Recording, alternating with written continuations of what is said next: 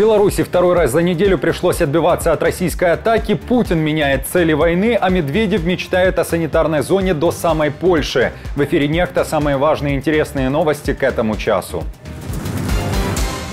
Мечтал о Киеве за 3 дня, теперь приоритет Донбасс. Путин мало говорит о Курской области, но мечтает об украинских землях.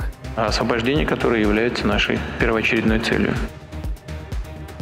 Россия атакует Беларусь. Почему Кремль направляет дроны в сторону соседней республики и почему Лукашенко решился их сбивать? Лукашенко опасается, что война может прийти в Беларусь именно таким образом. Министерство возвращения украинцев в Киеве заявили о создании новой институции. Кого и когда собираются вернуть из-за границы? Друзья, всем привет! Буду рад вашему лайку, подписке и репосту. Вы прекрасно знаете, что для нас это очень важно. Оставляйте также свои комментарии и спасибо вам за обратную связь. Об актуальных и важных событиях прямо сейчас начнем.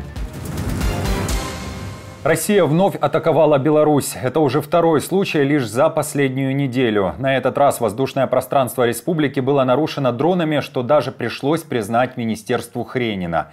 Итак, согласно данным украинских мониторинговых каналов, РФ запустила 78 шахедов для атаки по Украине после полуночи.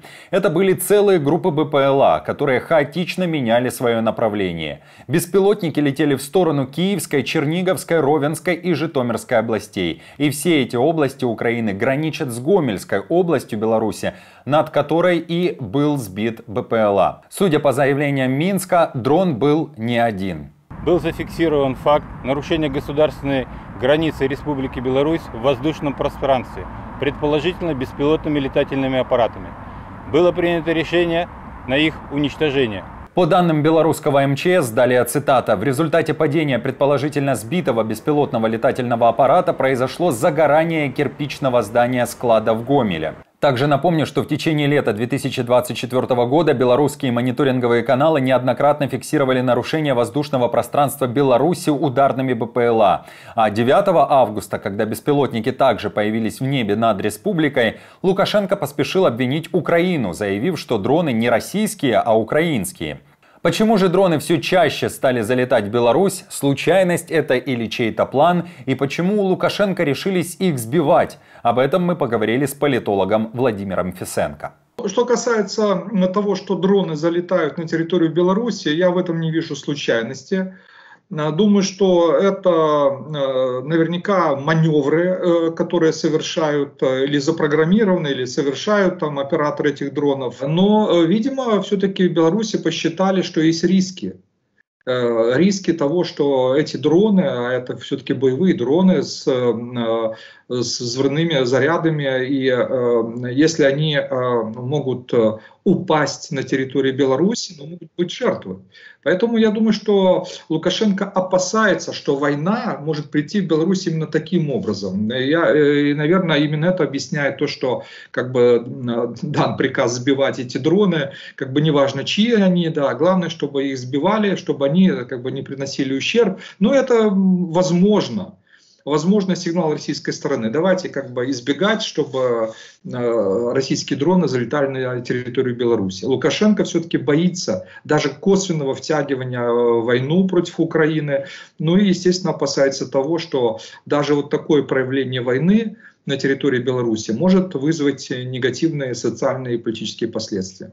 Напомню, накануне польский премьер Дональд Туск заявил, что Польша сейчас очень осторожно относится к идее сбивать российские ракеты или же дроны в ее воздушном пространстве. Польша не находится в состоянии войны, а потому надо исходить из того, что объект, который нарушает наше воздушное пространство, может быть угрожающим или враждебным объектом, но это может быть и гражданский объект. Украинские безэкипажные катера тем временем доплыли до Новороссийска. В РФ заявили об атаке дронов в Черном море. Пришлось перекрывать береговую линию. Местных и туристов просили не выходить на улицы и ничего не фиксировать. Не снимать и не выкладывать фото и видео работы ПВО, средств защиты объектов атаки, работу специальных и оперативных служб в социальные сети. Тем не менее, кадры работы ПВО оказались в сети. Отмечу, что воздушная тревога длилась на протяжении 5 часов. В Минобороны РФ заявили, что уничтожили якобы 2 морских дрона. И, как рассказывала редакция «Нехта», ранее Украина успешно атаковала российские корабли в порту Новороссийска.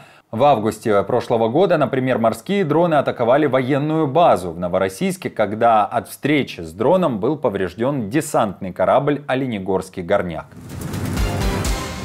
В Украине заявляют о начале эвакуации сразу из нескольких десятков населенных пунктов. В частности, в Сумской области из приграничного Глухова хотят эвакуировать всех жителей. По данным из открытых источников, еще в 2022 году в этом городе проживало более 30 тысяч человек. Глава Сумской областной военной администрации заявил, что решение об эвакуации было принято на Совете обороны области. Сейчас начинается реализация этого решения. Помимо этого, в Министерстве реинтеграции Украины говорят, что начинается принудительная эвакуация детей из Краматорского и Покровского районов Донецкой области, в частности, из 30 населенных пунктов. Из-за ситуации с безопасностью было принято решение о принудительной эвакуации детей из некоторых населенных пунктов Донецкой области. Для осуществления эвакуации будут развернуты 2 эвакуационных пункта. В безопасных регионах эвакуированные дети вместе с сопровождающими будут обеспечены бесплатным жильем, гуманитарной помощью и психологической поддержкой. Украиной правят инопланетяне или иностранцы. Такое заявление на полном серьезе сделал Путин на Восточном экономическом форуме, когда вновь заговорил о ситуации в Украине. И мне иногда складывается впечатление, что те, кто руководят Украиной, как будто они вообще инопланетяне какие-то, либо иностранцы. Ну, собственно говоря, они не думают просто. Нет, я серьезно говорю. Путин, который мечтал о захвате Киева за 3 дня еще в феврале 2022 года, теперь не говорит об этом ни слова. Однако назвал главные цели Кремля, вспоминая о событиях в Курской области. Напомню, что 6 сентября будет ровно месяц, как ВСУ контролирует более 1000 квадратных километров российского приграничья. Цель противника заключалась в том, чтобы заставить нас нервничать, суетиться, перебрасывать войска с одного участка на другой и остановить наше наступление на ключевых направлениях, прежде всего в Донбассе, освобождение которое является нашей первоочередной целью. Тем временем о своих целях заговорил еще и Медведев. Он, по сути, признал, насколько болезненны для РФ удары украинскими дронами и говорит, что теперь Россия должна создать санитарную зону до самой Польши, чтобы себя хоть как-то обезопасить. О заявлениях и Путина, и Медведева мы также поговорили с политологом Владимиром Фесенко. Медведев играет роль такого ястреба, суперястреба. Это его ниша. Вот он нашел ее для себя. Он и его пиар-команда поняли еще с 22 года, что это создает большой резонанс, это работает на привлечение информационного внимания к Медведеву. Он играет свою роль. Это роль, подобная роли Соловьева или там Скобеевой, только как бы он имеет более высокий статус, реальный административный, властный статус. Но по сути он выполняет сугубо пропагандистскую роль. Роль вот такого самого воинственного ястреба в российской власти. Эта роль ему явно нравится, он кайфует от этого. Но не стоит воспринимать его заявление как реальную российскую политику. Это пропаганда и, скажем так, самореклама Медведева, и не более того.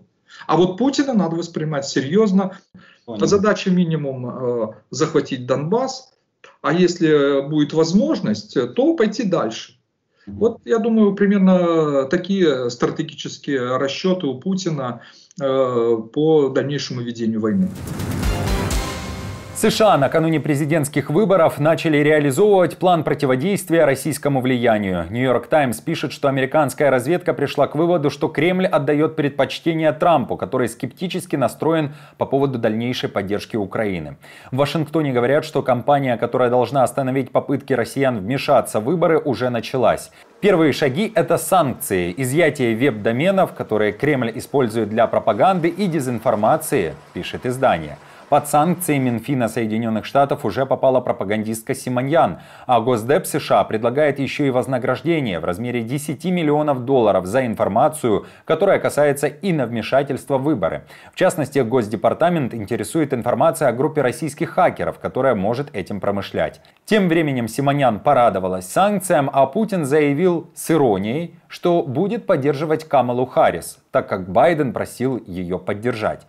Трампа же диктатор назвал человеком, который ввел против России большое количество санкций.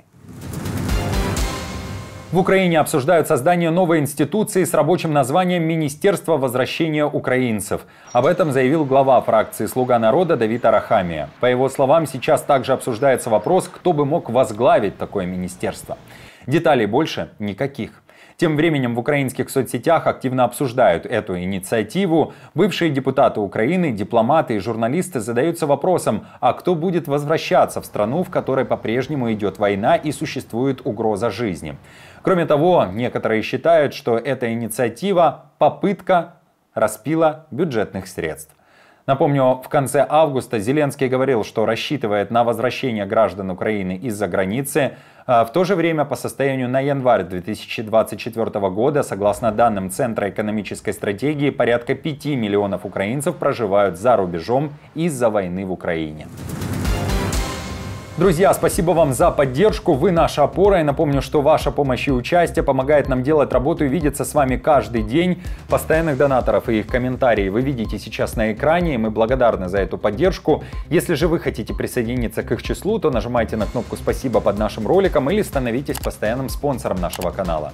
Мы с командой продолжаем следить за самыми важными новостями. Оперативную информацию от Нехта ищите, как всегда, в наших телеграм-каналах или на платформе X. Спасибо вам за доверие и то, что остаетесь с нами. До новых встреч и хороших вам новостей.